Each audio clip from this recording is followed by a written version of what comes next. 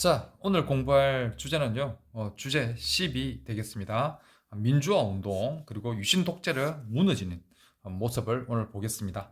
오늘 주제를 공부하면서요, 오늘 키워드는요, 유신 반대인 민주화 운동의 사례를 잘 파악하고 그 의미를 탐구할 수 있다는 겁니다. 그 사례를 좀 봅시다. 어떤 일이 있는지.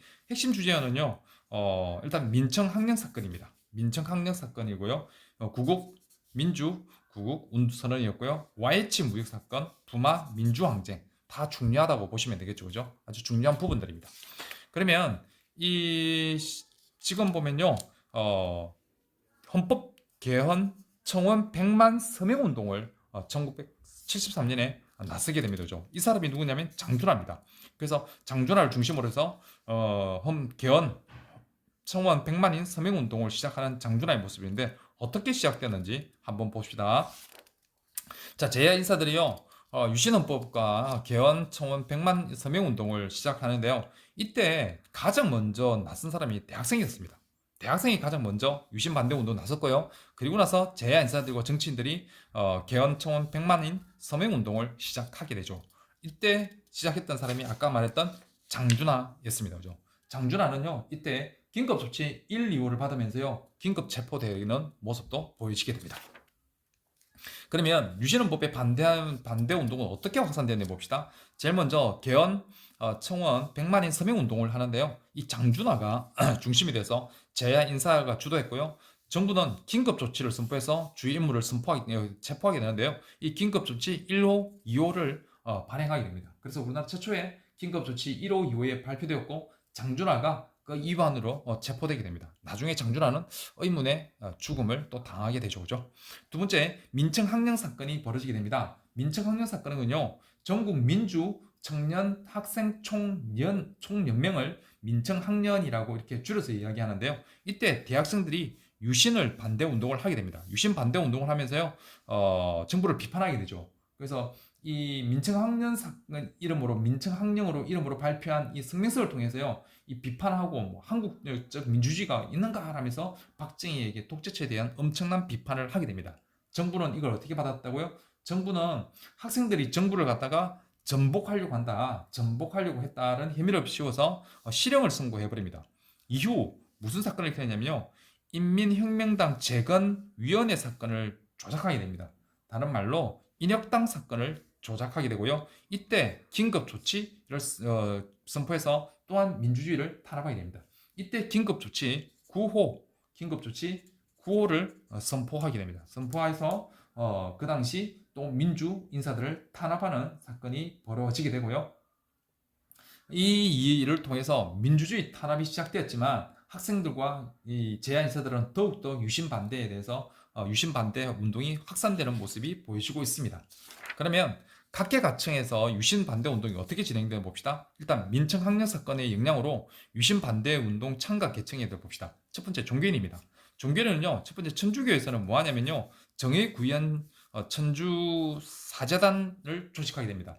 정의구현 전국 사재단 조직을 하게 되는데요. 이 정의구현 전국 사재단 조직은요, 천주교에서 성당에서 사회 정의를 기원하는 기도회와 특별 미사가 열렸고요. 그리고 기독교에서는요, 네트워크를 통해서 한국인의 인권 사항을 공개하면서요, 국제 여론에 이런 내용을 가지고 유신에 대한 반대 운동을 펼치게 되고요. 언론인 쪽에서도요, 동아일보와 조선일보 등이 자유언론 실천선을 하면서요, 유신에 대한 반대 운동을 이야기하게 됩니다. 특히 정부가 기업에 압력을 가해서요, 이 동아일보의 광고를 무더기하기로 다 없애버립니다. 그때 국민들이 백지 광고로 동아일보를 격려를 시작하게 됩니다. 그러면서 동아일보에 성금을 모아서 유신 반대 운동에 격려도 하면서 참여하는 운동이 보여주고 있다는 거, 그것도 좀 잘 기억을 해 두셔야 되겠네요. 이런 가운데서 3월 1일 민주구국선언을 발표하게 됩니다. 76년 제야 인사와 종교계들이 인사들이 모여서 어디서 왔냐면요, 명동성당입니다. 명동성당에서요. 명동성당에서 3월 1일 민주구국 선언을 발표하게 됩니다. 이 발표 선언 내용에 보면요, 유신헌법과 긴급조치를 철폐해라. 그지? 박정희 정권 퇴진해라. 그리고 민주주의를 요구하게 되는 것입니다. 이 일명 3월 1일 명동 사건이라고도 이야기를 하는데요. 이때 김대중과 이때 윤보선 대통령도 유신 체제 정치도 참여해서 유신 체제를 더욱 압박하는 모습이 보여주고 있는 것입니다. 그리고 한국기독교교회협의회에서요 인권위원회, 천주교 정예구현 전국 사재단, 그다음 구속자 가족 협의회 등 활동하면서요 인권의식이 좀 더 많이 성장하는 모습도 보여주고 있는 게 이 시점이다라고 보시면 됩니다.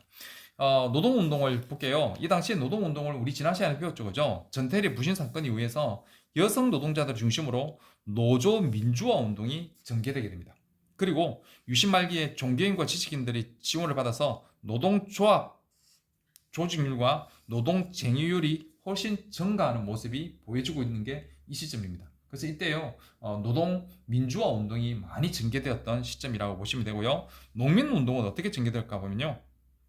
가톨릭 농민회 등이 중심이 되어서 정부의 보상을 받아낸다 하면서 일어났던 운동이 한평 내 고구마 피해 보상 투쟁이었습니다. 이 당시에요 정부에서 고구마를 갖다가 싹 다 매수하기로 했는데 그지 이것을 하지 않습니다. 그러면서 이 피해 한평에 있는 고구마 재배 농가들이 엄청난 피해를 받게 되죠. 그래서 농민들이 이 3년간 투쟁을 하게 됩니다. 그래서 정부로부터 보상을 받아내게 되죠. 그지 그러나 그지 유신 체제에서 이 농민 운동은 일부 종교 단체와 중심으로 전개되었고 광범위한 농민들이 참여를 이끌어내지는 못하게 됩니다. 어쨌든 한평 고구마 피해 보상 투쟁을 통해서요 농민 운동이 다시 전개됐다는 거, 피해 보상도 일단 받아냈다는데 초점을 두시면 되겠습니다. 이런 가운데서요 78년에 실시된 국회의원 선거에서요 야당의 지지율, 즉 야당인 신민당이 여당인 공화당의 투표를 확실히 앞질러 버립니다. 그래서 여당의 투표를 앞지르면서 민주화 운동에 적극적으로 추진이 되게 됩니다.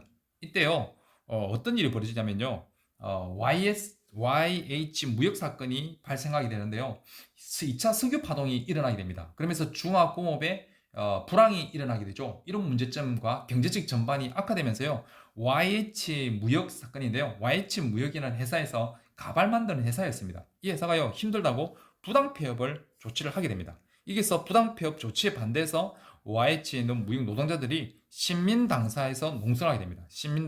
이 신민당이라는 건 뭡니까? 아까 그지 야당이죠, 그죠? 야당에 있는 당사에서 와서 농성을 하게 되죠. 야당에 있는 사람들과 경찰이 바로 강제 진압하는 과정에서요. 그 당시에 여성 노동자였던 김경숙이 사망하면서요. 신민당 당원들과 기자들이 엄청난 부상을 입게 됩니다. 이 가운데서 그 당시에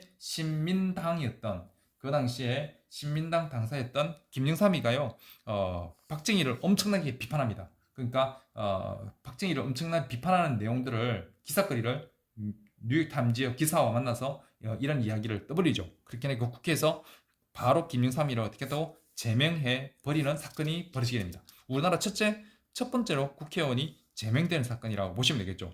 김영삼은요 어디서 활동을 주로 했는 지지층이 어디냐면요 부산과 마산이었습니다. 그래서 부마 민주화 항쟁이 일어나게 됩니다. 왜 그 김영삼이를 왜 제명했느냐라고 하면서 창원과 부산, 마산지 학생들이 참여해서 부마 민주화 운동을 일으키게 되는 겁니다.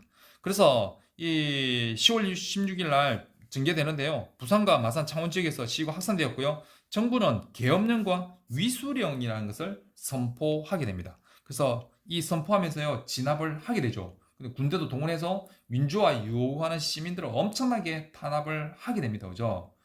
민심이 가르지 않습니다. 그죠? 이런 가운데서 박정희 정권 내부에서도 갈등이 일어났고요. 그 당시에 중앙정보부 부장이었던 김재규가 대통령을 피살하는 사건이 벌어지면서 유신 독재 체제는 완전히 붕괴됐고 유신 체제가 완전히 붕괴되면서 박정희 정부는 무너지게 됩니다. 이 사태를 10월 26일 12.6 사태라고 이야기를 하게 됩니다. 여기까지 하겠습니다.